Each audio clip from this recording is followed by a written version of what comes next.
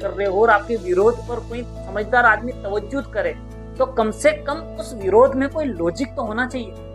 दोस्त, कई सारे लोग ये लॉजिक देते हैं कि भैया एक काम करो, राम भगवान का जो मंदिर बना रहे हो, इतना पैसा खर्च कर रहे हो, इसकी जगह तो कोई हॉस्पिटल बना देना था, कोई इंस्टीट्यूशन बना था।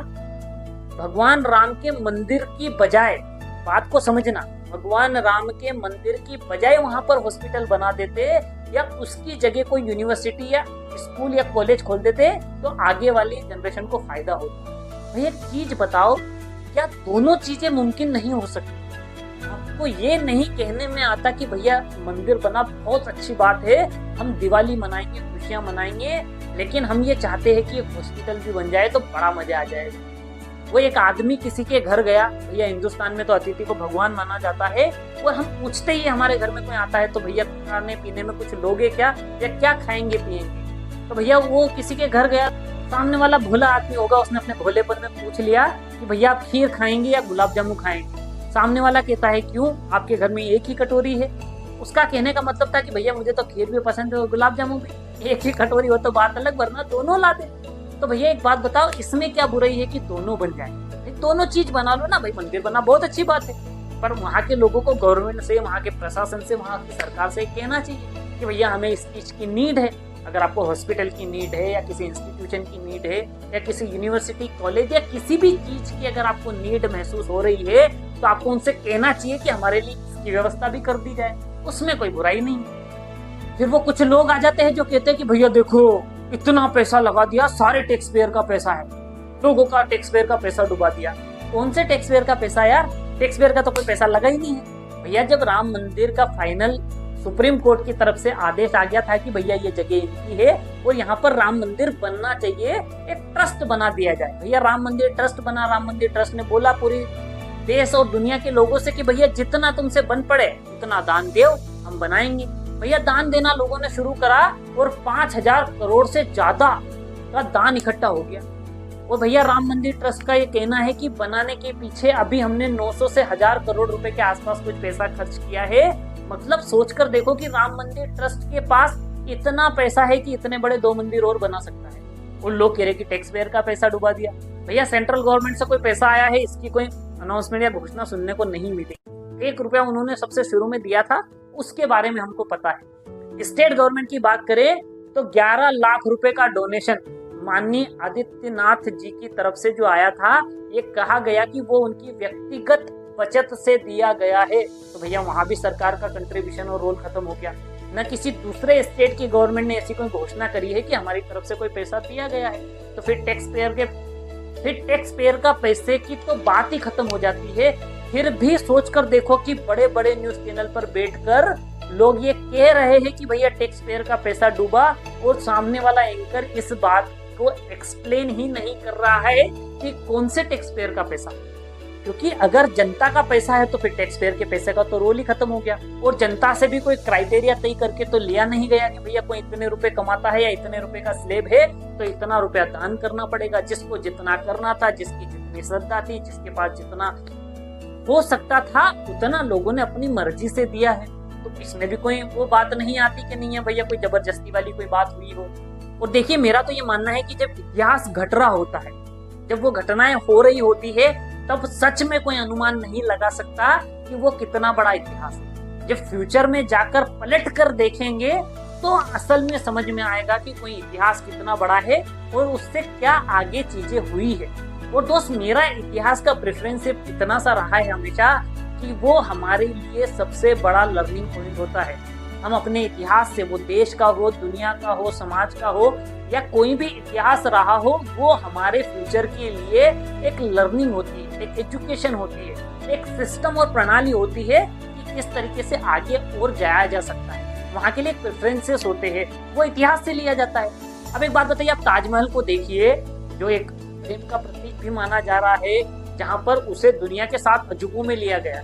लेकिन अगर आज मेरी पीढ़ी या मेरे आने के वाली बाद की पीढ़ी को अगर उसका इतिहास में पढ़ाऊंगा, उसे एक्सप्लेन करूंगा, तो मैं लास्ट में ये बात जरूर कहूंगा कि जिन मजदूरों ने, जिन कलाकारों ने इसे बनाया था, आखिरी में राजा ने उसके हाथ कटवा दिए थे। तो भैया वो पीढ़ी तो मुझसे पूछेगी ना कि भैया ये तो कला की हत्या या कलाकारों की हत्या है, फिर आप इसे इस कैटेगरी में इतना बड़ा क्यों बना रहे हैं, जबकि एक एथिकली और मोरली तो इनकरेक्ट चीज भी हुई है ना, कि भैया कुछ गलत भी हुआ है। अब अगर वही मैं राम मंदिर के सामने खड़ा हूँगा तो मैं क्या बताऊंगा कि भैया एक ऐसा राजा जिसने अपने पिता के वचन के लिए सारा साम्राज्य त्याग दिया, यह एक ऐसा राजा जो हमेशा सत्य और अच्छाई के साथ खड़ा रहा, एक ऐसा राजा जिसे पुरुषों में सबसे उत्तम पुरुषोत्तम की उपाधि दी गई, एक राजा जिसने अपनी प्रजा के लिए उतने मुश्किल डिसीजन और उतने बड़े त्याग करे जो एक आम आदमी शायद अपने जीवन में कभी ना कर पाए। जब मैं माता सीता की बात करूंगा तो जहां पर आज ये कहा जाता है कि यार लड़कियां पैसों के पीछे चली जाती है, या लड़कियां स्टेटस देखती है, या अगर समय अच्छा चल रहा है तो आपके साथ खड़ी रहेगी, समय खराब होगा तो शायद छोड़ के चले जाए, इस तरीके की बातें आज जमाने में लोग कर रहे और हो रही है। वहीं पर मैं एक ऐसी नारी का उदाहरण दे सकता हूँ जो एक राजा की बेटी थी, सब सुख सुविधाओं में शायद अपना जीवन बिताया हो, जब अपने ससुराल पहुंची तो वो भी एक बहुत बड़ा राज्य महाराज्य था जहाँ 2400 घंटे दासियां आपकी सेवा के लिए उपस्थित थी। वो ये सब कुछ छोड़कर वन में वो चैलेंजेस झेलने के लिए जा रही है जो शायद जिंदगी में उन्होंने कभी उस चीज का आभास ही नहीं किया हो, न जिंदगी में उस चीज का एक्सपीरियंस रहा हो। जहाँ पर आज एक छोटे से हिस्से के लिए एक भाई दूसरे भाई की जान देने के लिए तैयार बैठा है, जहाँ मरने मारने को उतारो, जहाँ एक भाई दूसरे भाई को काटने के पहले नहीं सोच रहा है, वहां पर सोचो उन 4 भाइयों का उदाहरण निकल कर आएगा जहां पर एक ऐसा भाई जो अपने भाई के साथ बिना किसी गलती के, बिना किसी अपराध के, उसका तो कोई कंट्रीब्यूशन था ही नहीं, उसके बावजूद भी अपने भाई के सपोर्ट में वो यातनाएं झेलने चले गया जो वो झेलने वाले। एक ऐसा भाई घर पर है जिसे सब कुछ मिल रहा है, पूरा राज पाट, जमीन जायदाद, दौलत, साम्राज्य, वो सब कुछ छोड़कर उनकी पादुका उनके खड़ाऊ रख के राज कर रहा है। सोच कर देखिए इतने अच्छे उदाहरण आपको दुनिया में कहाँ मिलेंगे। और जब इतिहास से निकलकर जब प्रेजेंट में और फ्यूचर में जाकर जब आने वाली पीढ़ी ये सब सुनेगी तो सोचकर देखो कि उनके लिए कितनी बड़ी प्रेरणा होगी, कितना बड़ा मोटिवेशन होगा, कितना बड़ा एक जीवन जीने की फिलोसफी कितनी बड़ी निकल कर आई। तो दोस्त, इतिहास सिर्फ इसलिए नहीं है कि उसे पढ़ लिया जाए या उसके लिए लड़ा जाए या उसे सही गलत साबित करने के पीछे हम लड़ते रहें। इतिहास एक रेफरेंस होता है कि उन्होंने अपने चैलेंजेस किस तरीके से जिए, हम प्रेजेंट में उसमें क्या कर सकते हैं और भविष्य में क्या सुधार करके और आगे जाया जा सकता है।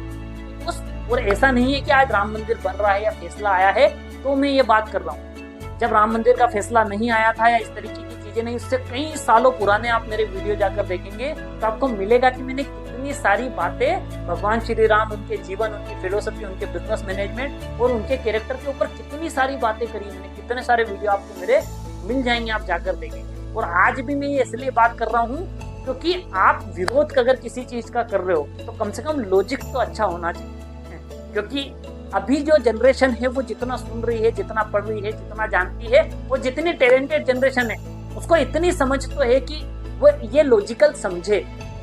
भाई वो खुद भी गूगल करके कुछ जानने की कोशिश करेगा ना आपके बोलने के बाद। आज अगर मान लो मैंने ये बातें बोली है तो वो जाकर ढूंढेगा कि भैया हाँ मैं पता तो करूं सेंट्रल गवर्नमेंट ने क्या दिया, स्टेट गवर्नमेंट ने दिया, टैक्स पेयर का कितना लगा है, या मंदिर ट्रस्ट ने कितना पैसा लगाया है। और कई सारे लोग जो सरकार के एक पक्ष में है या दूसरे पक्ष में है या विपक्ष में है, वो भी किसी एक सरकार को श्रेय दे रहे, तो मैं तो उसके पक्ष में भी नहीं हूँ, नहीं सरकार का क्या कंट्रीब्यूशन। हाँ ये है कि भैया आपके पीरियड में बनी, जिस पीरियड में आप यहाँ की सरकार थे या आप अपना कार्यभार या चीजें संभाल रहे थे, उस टाइम पीरियड में ये हुआ है, इतना श्रेय बहुत है।